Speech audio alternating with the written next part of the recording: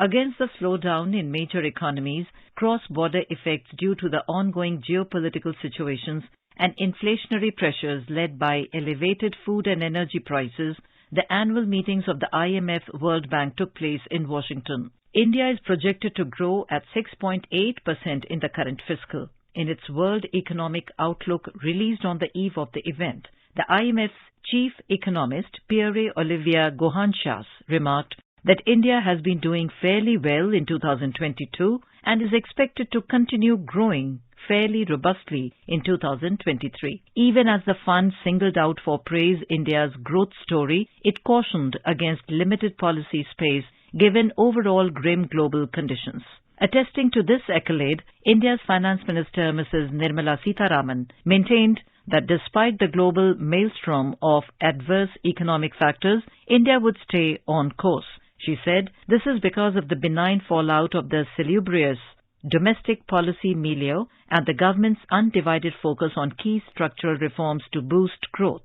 After likely losing the badge to Saudi Arabia this year, the fund is quite optimistic about India emerging as the fastest growing major economy in the world again next year. Listing out a slew of initiatives in her multiple interactions, Mrs. Sitharaman specifically pointed out that how poverty alleviation too was on track, referring to the government's efforts to ensure the availability of free food grains to more than 800 million vulnerable households during the last 25 months to keep them cushioned against the implacable impact of inflation.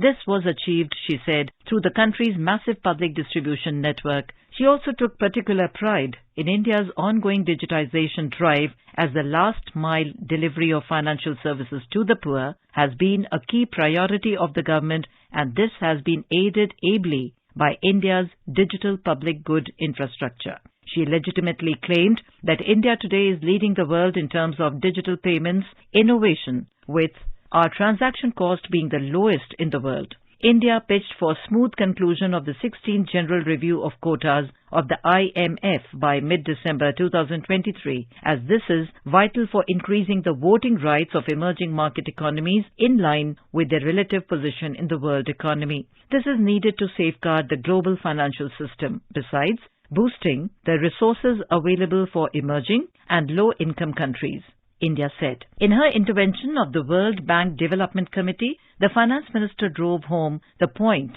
to avoid a unidimensional view of the subsidies by the Indian governments. She candidly told the multilateral lending bodies to differentiate between distortive subsidies and targeted support to the vulnerable households. Even as the quest for energy and food security warranted non-exclusion of fossil fuels from India's energy mix, Mrs. Sitharaman highlighted how India has set up its first pure hydrogen producing plant as well as its first 2G bioethanol refinery this year.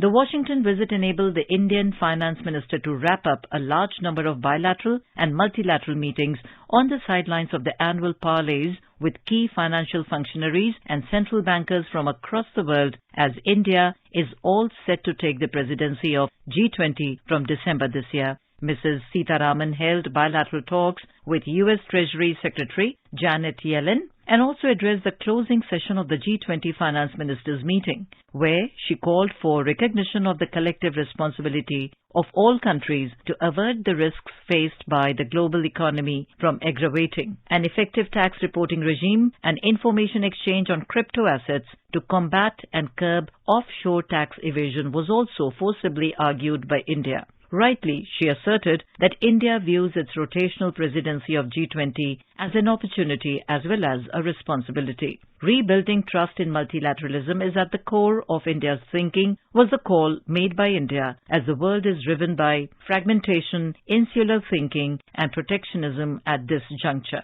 In a notable address to the students of Johns Hopkins School of Advanced International Studies, Mrs. Sitharaman said, India has set a global benchmark in digitization, with India's public goods being available for countries that need them, citing how India became the world's pharma hub during the pandemic by supplying vaccination to the needy nations.